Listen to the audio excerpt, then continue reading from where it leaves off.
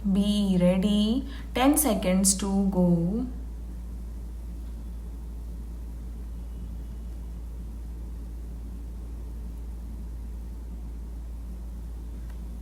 Start. Sir, I rise to support the bill brought forward by the Honorable Deputy Minister of the Ministry of Finance. Banking is a service of vital importance to industry, commerce, and agriculture. It is concerned with the creation of credit money and its distribution between various users such as industry and agriculture or between institutions and individuals. In fact, the smooth working of a modern economy depends on the proper regulation of credit with which the banks are concerned. The question, therefore, of recruitment of the personnel of banking institutions assumes great importance. The Banking Commission had recommended the establishment of such a commission in its report in 1985. In fact, government have been rather late in bringing forward this very important and necessary piece of legislation. Before nationalization, some of the big commercial banks had made some arrangements of their own for recruitment of their staff. The Institute of Bank Management and the Reserve Bank of India through the Bankers Training College run some short term and long term courses for recruitment and training of bank staff. But these arrangements are not adequate even to meet the requirements for recruitment of higher cadres. The largest proportion of bank's staff consists of clerks and cashiers. The recruitment policies followed by most of the Indian banks before nationalization were not based on either scientific lines. In several cases, even minimum qualifications were not insisted upon. The Banking Commission has reported that in many cases, people who had not even passed matriculation examination were recruited as clerks. There was no proper evaluation of the aptitude or capacity, and very often caste and relationship determined the choice of candidates.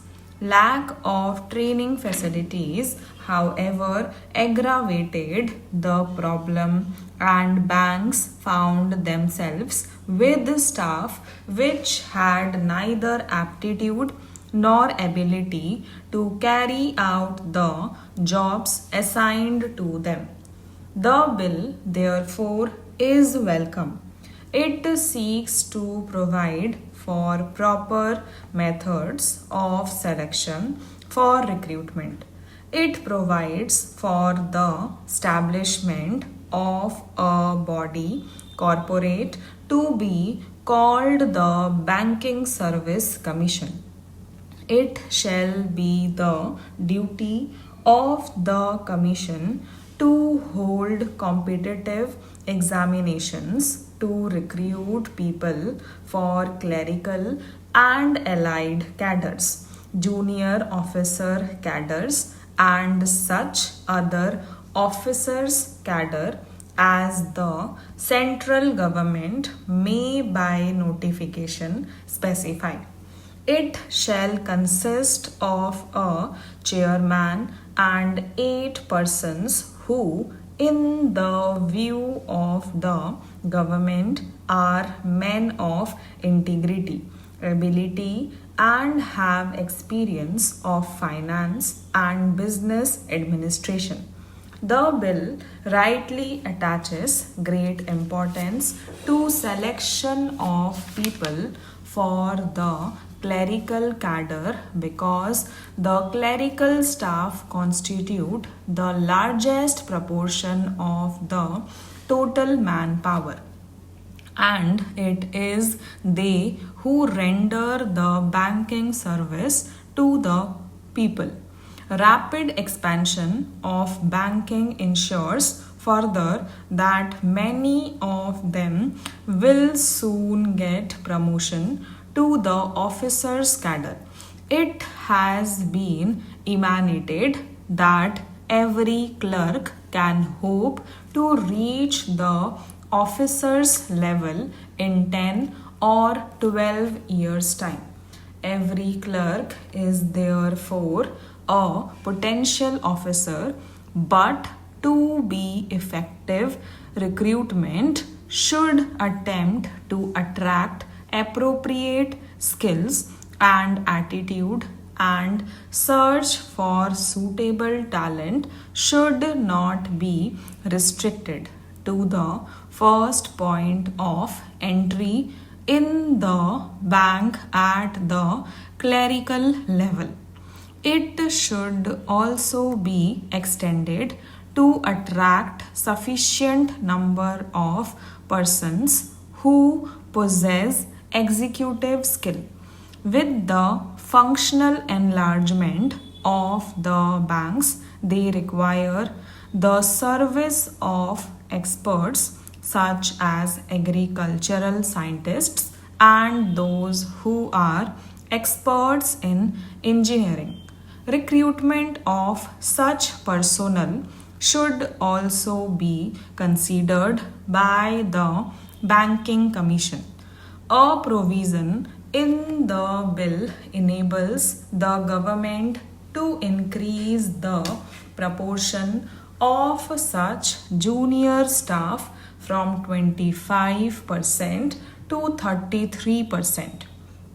In my view, it is a welcome provision. There is a provision that a certain percentage shall be reserved for scheduled castes and scheduled tribes. This percentage has to be determined according to the general principles and also the requirements of the banks. One provision says that the Commission will have certain advisory functions. It is an important provision. We know how in government service very difficult problems of promotion and seniority arise. It is better that they are solved by a third body rather than the superior officers who have sometimes prejudices against people working under them. I hope this provision will be used for that purpose. I will not take any more time of the House by dilating on the details of the bill. I hope the honorable members will accept the basic idea behind the bill. The establishment of a commission on the lines envisaged will impart objectivity and impartiality in the recruitment procedures of the banks by prescribing uniform qualifications and eligibility standards applicable in all public sector banks and thereby help to tap the right type of persons for the banking industry. Finally, there is a last clause which says that the government may extend the provisions of this bill to other banks if the Banking Service Commission could cover the requirements of other commercial banks also, so much the better. We will have uniform standards for recruitment of personnel in all the banks. With these words, I support the bill. Stop.